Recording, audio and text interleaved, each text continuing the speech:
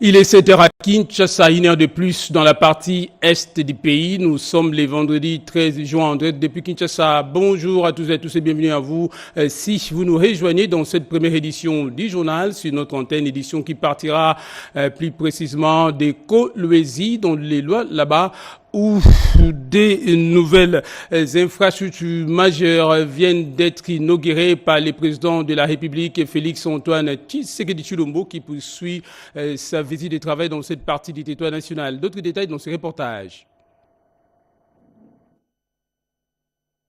Poursuivant sa tournée dans la province du Lualaba, le président de la République, Félix-Antoine Tshisekedi Tshilombo, a procédé ce jeudi à l'inauguration de deux infrastructures éducatives majeures dans la commune de Dilala, à Kolwezi. Première infrastructure rendue opérationnelle, le centre de formation dénommé la Cité de la Commune. Il s'agit d'un complexe de formation érigé grâce au financement de la redevance minière locale. Ce centre, fruit d'une synergie entre les autorités communales et le gouvernement provincial, regroupe un institut technique de formation professionnelle, ITFP en sigle, et un centre de formation professionnelle, CFP. L'ITFP propose des filières spécialisées dans les secteurs stratégiques pour le pays, tels que la métallurgie, les mines, la géologie et l'agriculture. Les CFP, quant à lui, offrent de formations dans des métiers d'avenir comme la coupe et couture, l'esthétique ou encore l'art culinaire. Avec ses 6 ateliers, 12 salles de classe, 4 salles d'agronomie, 2 internats, un amphithéâtre, une piscine, un stade avec piste d'athlétisme et une salle de cinéma, la Cité de la Commune peut accueillir jusqu'à 900 apprenants. Ce qui permet de répondre à la fois aux aspirations de la jeunesse et aux besoins réels du marché de l'emploi dans une province minière en pleine mutation. La deuxième infrastructure inaugurée est le nouveau bâtiment de l'Institut supérieur pédagogique de Kolwezi, ISP. Locataire depuis plusieurs années, l'ISP Kolwezi dispose désormais de ses propres infrastructures modernes, bâties sur un site de plus de 3300 mètres carrés. Le campus comprend 16 salles de classe, un dispensaire, un terrain de football, ainsi qu'une station solaire photovoltaïque.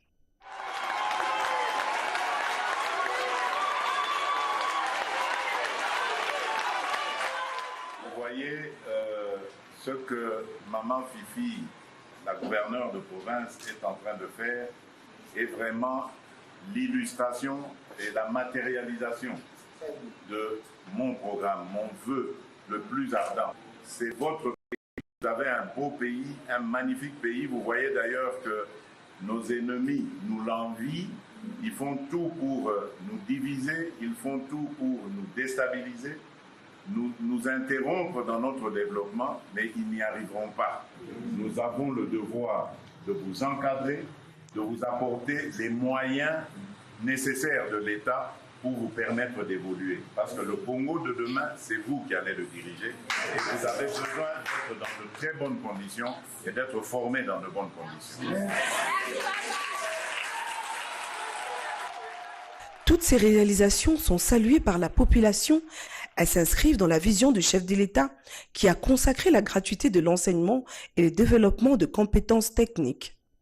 Grâce à l'appui du programme de développement local de 145 territoires, PDL 145T en sigle, ces projets témoignent d'un double engagement, garantir un accès équitable à une éducation de qualité et renforcer l'autonomie économique de la jeunesse congolaise.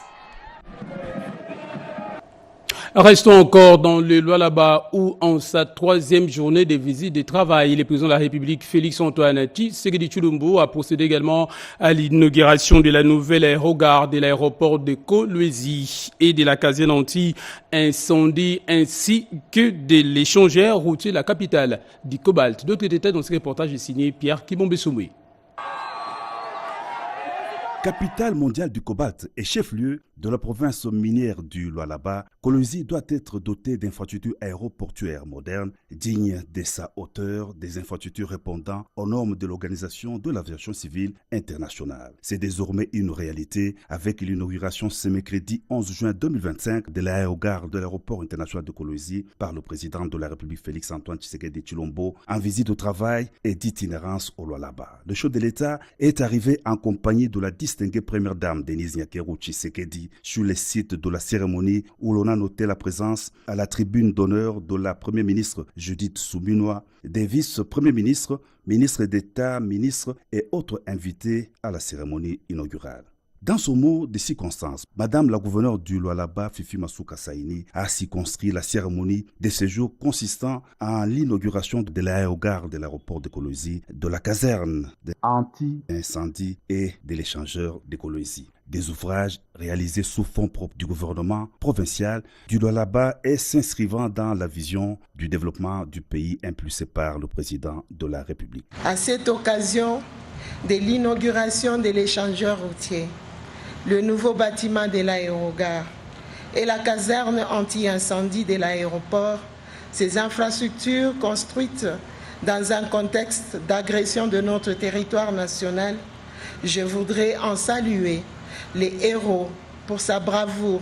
Je cite le premier citoyen congolais, son Excellence Félix-Antoine Tshisekedi Tshilombo, président de la République et chef de l'État, qui ne ménage pas d'efforts pour reconstruire le pays et mettre fin à l'occupation rwandaise. Les responsables des entreprises qui ont concouru à la construction de ces ouvrages et les directeurs généraux de la RVA ont tour à tour abondé dans le même sens, appréciant à sa juste valeur la présence du chef de l'État à cette cérémonie, témoignant de l'importance qu'il accorde à ces projets pour le pays et pour la capitale minière.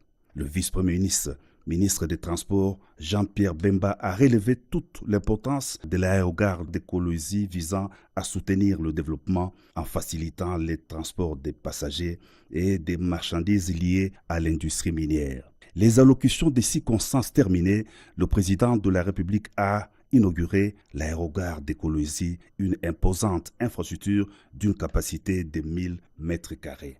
Le bâtiment principal comprend 2 ailes réservées respectivement aux vols domestiques et aux vols internationaux, 2 salons VIP, 3 escalators et des passerelles électroniques.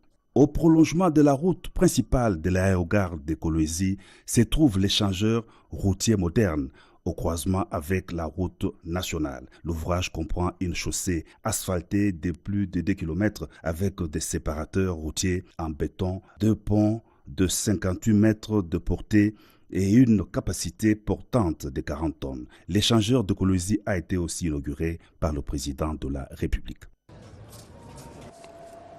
Tout à fait autre chose. D'été général, la régie des OSA, David Chulumba Mutombo et son équipe étaient hier dans la soirée au bureau de l'Assemblée nationale. Question d'apporter quelques éléments de réponse et d'éclaircissement à la question orale avec débat du député national Kangolo Kayumbi Tobi au sujet de l'état de lieu et de la qualité des services fournis à la population par la régie des OSA. C'était lors de la plénière présidée par l'honorable Vital Kamere. Nous y reviendrons avec force d'État avec notre conseiller Annie Mbalaka dans nos prochaines éditions. Et puis, un an après l'entrée en fonction du gouvernement souminois, l'air est à présent au bilan. Tenez, nous vous proposons ici un résumé de quelques réalisations du gouvernement souminois, présenté ici par notre conseiller Françoise Bouela-Bouaki avec chiffres à l'appui.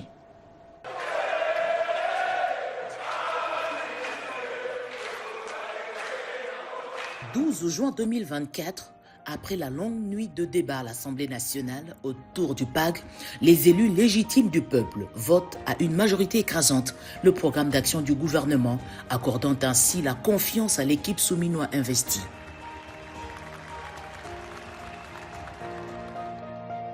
Jean-Michel Samaloukonde cède le fauteuil à la première femme, première ministre, venue lui succéder comme chef du gouvernement. Judith Suminwa Tuluka se met à la tâche. Le social de Congolais l'intéresse. Elle identifie le panier de la ménagère qui se vide. L'instabilité monétaire, le pouvoir d'achat du peuple s'effrite.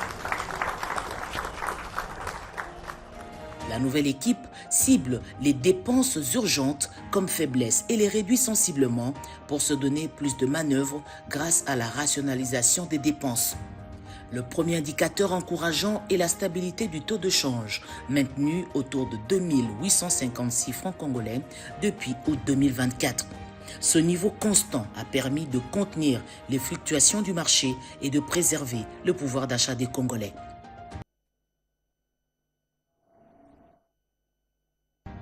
Les dépenses en mode d'urgence sont passées de 33% en 2023 à seulement 12% aujourd'hui, fruit d'une plus grande rigueur. Le train de vie des institutions baisse de 30%,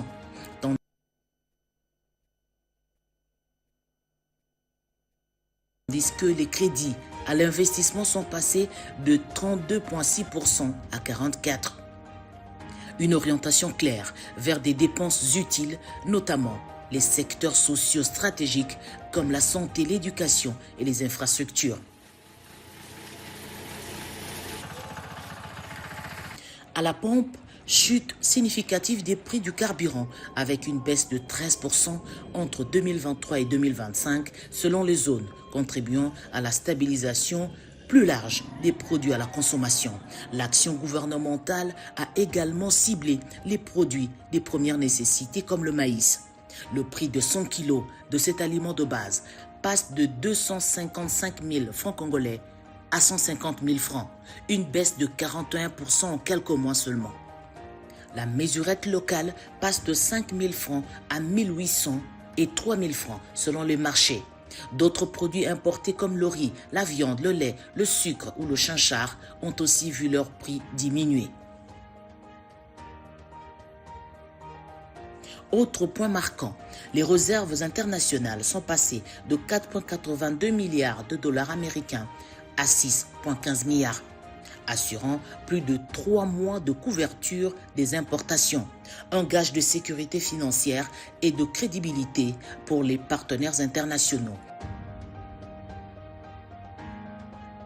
En outre, plus de 1350 contrats de sous-traitance ont été signés pour plus de 2 milliards de dollars au bénéfice de près de 800 PME congolaises.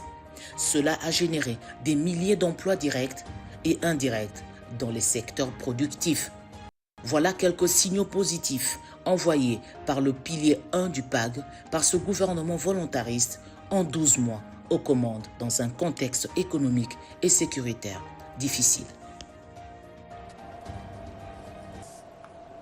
Dans le reste de l'actualité, ils sont au total 80 agents enquêteurs qui sont en train de suivre une formation axée sur l'utilisation de la nouvelle application ODK.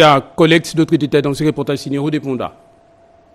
Près de 80 agents du ministère de l'économie nationale sont en formation au Salon Bleu de l'immeuble du gouvernement comme enquêteurs chargés de l'identification des acteurs du secteur informel, une étape essentielle pour concrétiser l'un des 3 axes confié au ministère de l'économie nationale de formaliser l'économie informelle. Le directeur de cabinet à l'intérim Théodore Nana Mungwele, représentant du vice-premier ministre, ministre de l'économie nationale Daniel Mukoko-Samba, a présidé l'ouverture des travaux.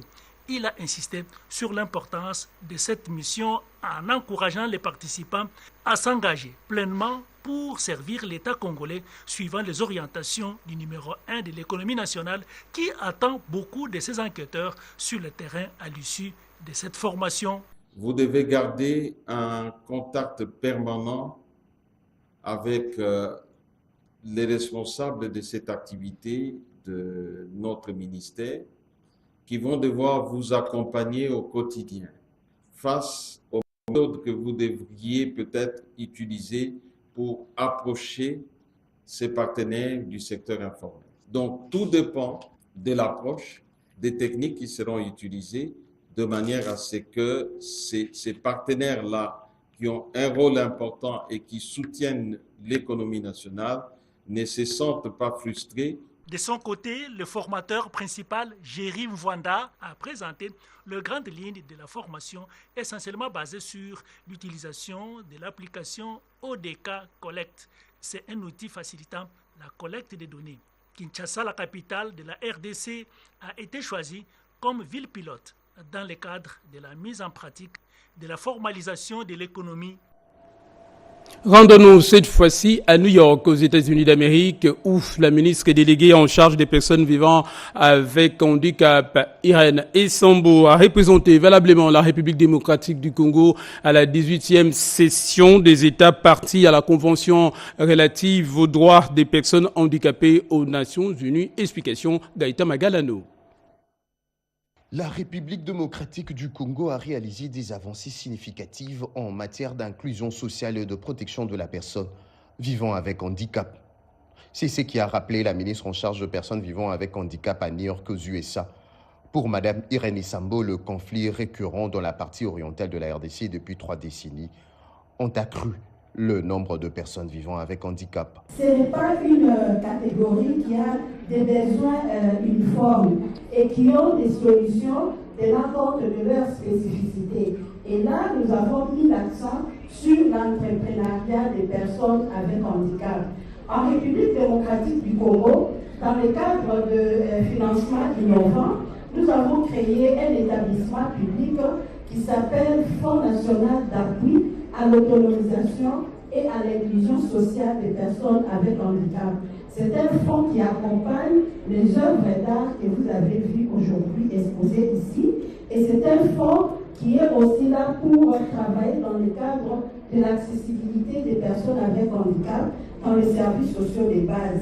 La RDC a exposé des œuvres d'art sculptées en bois et d'autres articles fabriqués par les personnes vivant avec handicap qui prennent une part active à cette 18e session des États partis à la Convention relative aux droits de personnes vivant avec handicap. Maître Kanamouli, le président des associations de personnes handicapées du Maniema, a expliqué à l'assistance le fonctionnement de sa structure avant que Mme Vouza ne présente que différents objets d'art réalisés par les handicapés. Nous allons nous attarder cette fois-ci à cette session de formation axée sur l'initiative personnelle pour les femmes entrepreneurs. Explication Myriam Deki. Ayant pour mission de renforcer les capacités de MPME et développer l'écosystème entrepreneurial congolais, le gouvernement, à travers le projet Transforme avec l'appui de la Banque mondiale, a initié depuis le mois de mars une série de formations dénommées « Formation à initiative personnelle », une formation de type psychologique visant à changer les comportements de micro-entrepreneurs souvent butés face à plusieurs contraintes. La formation à l'initiative personnelle travaille essentiellement sur la mentalité qui va challenger le comportement de la femme micro-entrepreneur en la dotant par exemple des 3 éléments importants qui sont premièrement l'autodétermination, la résistance face aux obstacles et troisièmement, nous travaillons sur la projection vers l'avenir. Dans cette série de formations de MPME figurent des classes spéciales pour des personnes vivant avec handicap, particulièrement les femmes micro-entrepreneurs malentendantes, et ce, dans le cadre de l'inclusion sociale. Je suis une couturière. J'ai déjà eu mon brevet. Cette formation est bénéfique pour moi pour renforcer mes capacités. Je suis dans la restauration. Je compte devenir un grand cordon bleu dans l'avenir. Cette formation me permet d'atteindre mes objectifs et à m'aider à enrichir mes connaissances dans la restauration.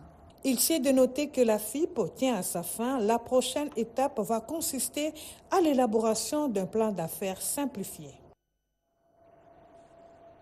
Quelques jeunes de la capitale sont en train de suivre une session de formation axée sur le recyclage des déchets plastiques en pavé écologique. Ceci dans le but de pouvoir rendre leurs milieux respectifs beaucoup plus propres. C'est ce que nous dit ici Mabita Bangoulou. Le 4e jour de la formation en gestion intégrée des déchets à Kinshasa a marqué une étape significative. Les jeunes, les agents de l'administration locale et les associations de femmes ont participé activement à la transformation des déchets plastiques en pavés, bénéficiant de l'expertise de l'Université de Kinshasa. Cette initiative s'inscrit dans le cadre du projet P4PD soutenu par les JICA, agence japonaise de coopération internationale, et mise en œuvre avec la collaboration de l'ONU Habitat, en impliquant divers acteurs de la société, notamment les jeunes et les femmes Les projets favorisent l'inclusion sociale et le développement des compétences locales. Le processus de transformation de plastique en pavé se déroule comme suit. Il faut d'abord commencer à peser, à quantifier la matière à des proportions requises. Après cela, nous allons commencer d'abord à fondre le sachet ou les sachets mélangés avec les bouteilles, bien sûr. Après la fusion de ces matières plastiques, nous allons ajouter le sable, nous allons malaxer pour homogénéiser cette pâte et enfin nous allons conduire cette pâte dans des moules qui sont déjà prédisposés dans une table de moulage pour attendre 45 à 1 heure du temps afin de pouvoir procéder au démoulage. Que nous réussissons à les recycler pour produire des matériaux beaucoup plus résistants et durables comme le pavé, nous sommes en train aussi de contribuer à cet effort de pouvoir mettre fin à la pollution plastique mondiale. Ces projets illustrent parfaitement comment la collaboration entre institutions locales, universités et organisations internationales peuvent conduire à des solutions durables pour les défis environnementaux urbains. Présentation par les ministres de l'Industrie aux jeunes entrepreneurs congolais des nouveaux projets dédiés et baptisés Vijana. Reportage. C'est dans la salle de la Maison de l'entrepreneuriat que le directeur général AI de l'Agence nationale de l'entrepreneuriat congolais, ANADEC en sigle, Mathieu Mouboyayi a rencontré ce mercredi les jeunes entrepreneurs dans le cadre d'une grande séance de sensibilisation autour du projet Vijana. Ces programmes ambitieux, fruit d'un partenariat stratégique entre le Fonds de promotion de l'industrie, FPI en sigle, et les fonds de garantie de l'entrepreneuriat au Congo, FOGEC, et coordonné par le ministre de l'Industrie et du Développement de petites et moyennes entreprises, Louis Watum Kabamba. Objectif, financer les jeunes âgés de 18 à 35 ans, porteurs de projets agro-industriels. Avec une enveloppe globale dépassant le 2 millions de dollars américains, les projets Vijana se veut une réponse concrète au défi de l'autonomisation économique des jeunes et à la relance de la production nationale. Nous avons reçu une centaine d'entrepreneurs qui respectent les exigences de ces projets. Nous allons les accompagner. Toutes les provinces sont mobilisées pour matérialiser ces projets. Plusieurs jeunes entrepreneurs se sont dit impressionnés. Ils ont appelé tous les jeunes Congolais à soumissionner massivement pour ne plus rater cette opportunité inédite. C'est très difficile de pouvoir recevoir en ce moment des crédits, mais le projet Vijana vient nous donner au fait un moyen de sortie. Le message est clair, les projets Vijana est bien plus qu'une promesse. C'est un levier concret pour construire l'avenir entrepreneurial de la jeunesse congolaise.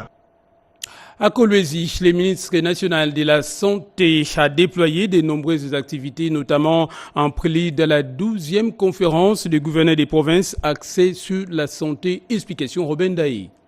La République démocratique du Congo, sous le leadership éclairé du président de la République, Félix Antoine Tshisekedi Tshilombo, a connu une série d'inaugurations des hôpitaux de référence à travers le pays, marquant une avancée significative dans le secteur de la santé. Parmi ces établissements hospitaliers figurent le centre hospitalier Félix Antoine Tshisekedi Tshilombo à Lubumbashi, l'hôpital général de référence de la Mouya à Mbujimaï, l'hôpital du Kanchati, l'hôpital de référence de Kinshasa et tant d'autres à travers le pays. À Kolwezi, dans la province du Lualaba, l'inauguration de la clinique moderne reste un moment marquant dans le cadre des efforts du président de la République, Félix Antoine Tshisekedi Tshilombo, pour transformer le paysage sanitaire de la République démocratique du Congo. La clinique moderne du Lualaba est équipée avec les équipements technologiques médicaux de dernière génération et selon le ministre de la Santé publique, Dr Samuel Roger Kamba, cette clinique est en voie de devenir un pôle d'excellence en santé. Au 3e jour de l'ouverture de la 12e session de la conférence des gouverneurs, le travail de panélistes s'est concentré sur les diverses dimensions du thème. Nous sommes toujours dans la province du Lualaba où le chef de l'État Félix Antoine Tshisekedi Tshilombo a procédé à l'inauguration du nouveau bâtiment de la direction des impôts du Lualaba. Juste après cette cérémonie inaugurale, le directeur général de la société Secorico en charge de la construction de cet édifice s'est exprimé à la presse en ces termes. On l'écoute.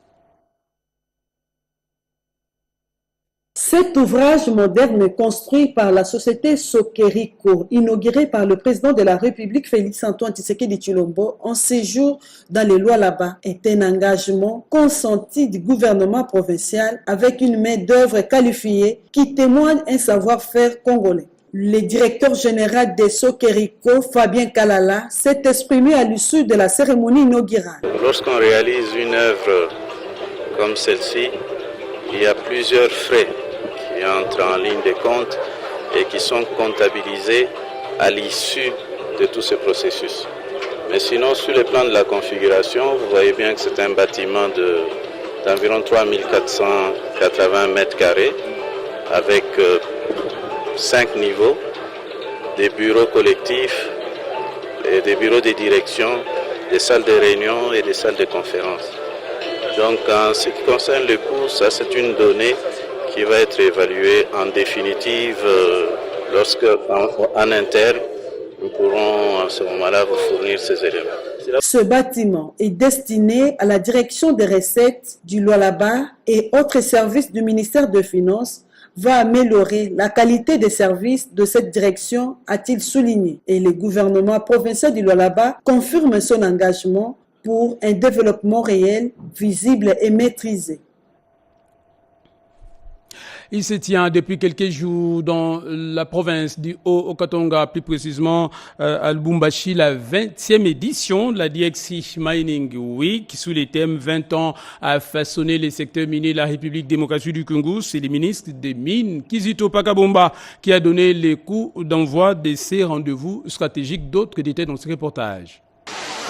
Le ministre des Mines, Kizito Pakabomba, a ouvert solennellement la 20e édition de la DRC Mining Week, c'est 12 juin 2025 à Lubumbashi. Ces rendez-vous stratégiques pour les acteurs nationaux et internationaux du secteur extractif se tient cette année sous le thème 20 ans à façonner les secteurs miniers de la RDC.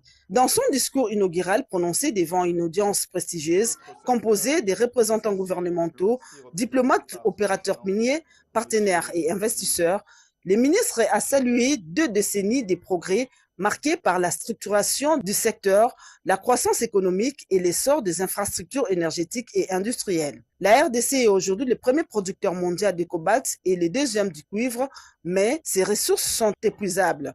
Nous devons les exploiter de manière responsable pour le bien-être socio-économique de la population, a-t-il déclaré, soulignant l'urgence de promouvoir une gouvernance minière éthique, transparente et durable. Cette édition 2025 s'inscrit dans le cadre de la vision du président de la République, chef de l'État, son Excellence M. Félix-Antoine Tshisekedi Tshilombo, pour qui la bonne gouvernance minière est un levier stratégique de développement durable. La tenue de cette édition jubilaire, dans un contexte marqué par une agression barbare à l'est de notre pays, motivée par la convoitise de nos ressources naturelles, est une preuve éclatante de la résilience du peuple congolais. Kizito Pakabomba a enfin encouragé un dialogue permanent entre les gouvernements, les investisseurs, la société civile et les communautés locales pour bâtir un secteur minier moderne, équitable et résilient avant de déclarer ouverte la 20e édition de la DRC Mining Week. Je rajoute à cela qu'en plus des minéraux, l'agriculture reste et une activité économique importante en République démocratique du Congo. En témoignent ces quelques projets agricoles mis en place lors de ces rendez-vous pour améliorer la sécurité alimentaire en République démocratique du Congo. Le gouvernement de la République démocratique du Congo a pris une option économique tournée vers la diversification de l'économie nationale. Il s'agit de jeter les bases solides pour permettre d'autres secteurs économiques de monter à puissance aux côtés des activités minières. Agrico a une expérience en la matière. Le global des terres arables, c'est 30 000 hectares. Et alors, à côté de ça, on a 4 minoteries. Une minoterie à Kinsevere, une minoterie à Kolwezi, une minoterie à Likasi, à Kakontoué, et une minoterie à Lubumbashi. Alors, ces minoteries ont des capacités réunies de 850 tonnes par jour. Et alors, donc ça signifie qu'à côté de ça, nous avons aussi un incubateur des œufs de 300 000 pondeuses avec un taux de pond de 70%. Donc on est en train de faire 210 000 œufs par jour. Et donc, le paquet global représente justement donc, les actifs agricoles. Cette année, on a fait donc 2000 hectares. Nous sommes en train de préparer une campagne pour l'année 2025-2026 pour faire 5000 hectares. Mais nous sommes ouverts à d'autres partenaires qui peuvent venir travailler avec nous parce que nos terres, ce sont nos terres très riches et qui sont dans des endroits bien accessibles par rapport aux routes et les voies d'évacuation. Il faut signaler que le besoin en maïs représente près de 600 000 tonnes rien que pour la province du Haut-Katanga et du Lualaba. Et l'on en vient maintenant à ces messages de compassion à nos frères et sœurs de l'Est sous occupation rwandaise. Nous tenons à vous exprimer toute notre solidarité, notre soutien sans faille. On ne vous a jamais oublié car vous êtes une partie de nous-mêmes. Quand l'Eipler, l'aîné, ne se réjouit pas, on vous envoie ainsi amour et force pour résister à l'ignoble tragédie d'une guerre injuste. Puisse demain vous apporter une paix durable et également une vie digne et apaisée. Dans le reste de l'actualité, les nouveaux doyens élus à la faculté de médecine de l'université de Kinshasa, les professeurs Ntsabi et Eba a officiellement pris ses fonctions. C'était au cours d'une brève cérémonie de remise et reprise d'autres détails dans ce reportage signé Grace Maoussou. Désormais, le professeur Glenn Ntsambi Eba, neurochirurgien, va diriger la faculté de médecine de l'université de Kinshasa pour 2 ans. Cette promotion intervient à la suite des élections organisées au mois de mai 2025, où il a obtenu 67% des voix face à son challenger, le professeur Kapututu. Au cours de la cérémonie de remise et reprise, le doyen sortant, avec les membres du comité de gestion de cet alma mater, ont eu des échanges fructueux sur le bon fonctionnement de cette faculté. Après son installation, le nouveau doyen a adressé sa gratitude au docteur Roger Mouimba et c'était avec un sentiment de satisfaction. Mais on a beaucoup travaillé avec le professeur Mbongo sur beaucoup d'aspects aussi. Donc on va continuer dans cet élan. On a fait beaucoup de promesses, mais ce ne sont pas des promesses irréalisables. Donc nous avons annoncé cela parce que nous savions que nous pouvions mettre des moyens à notre possession pour réaliser toutes ces promesses, qu'il s'agit de l'enseignement, de la recherche, tout comme des services à la communauté, notamment les services de soins. Et merci au professeur Mbongo pour tout le travail abattu avec son équipe, dont la grande partie est avec moi. Je suis rassuré qu'on va continuer à travailler dans la bonne direction et ajouter ce que nous pouvons ajouter pour que la faculté continue à aller de l'avant. Comme à l'accoutumée, la cérémonie a été clôturée par une photo des familles. Ainsi s'achève cette première édition du journal sur notre antenne, édition coordonnée par Mireille Ndeke, édition du journal que nous dédions également à tous ceux qui fêtent leur anniversaire aujourd'hui, vendredi 13 juin 2025, particulièrement au président de la République Félix-Antoine Tshisekedi Tshilombo. En ces jours exceptionnels, nous vous adressons nos vœux les plus sincères de santé, de sagesse et de longévité, que cette nouvelle année de vie soit remplie de succès dans l'accomplissement de votre haute mission à la tête de la nation. Une fois de plus, joyeux anniversaire, Monsieur le Président de la République, Félix-Antoine Tshisekedi Tshilombo. Que Dieu bénisse votre leadership et la République démocratique du Congo. Merci à vous d'avoir suivi cette première édition du journal sur notre antenne. Merci également à nos équipes, à la rédaction, à la régie, notamment André Ndjeka, Mamita Bangoulou, Ig Vouélé, grâce à qui nous avons pu vous informer. Restez avec nous, l'information continue en français également dans les autres langues de diffusion. Le prochain rendez-vous, ce sera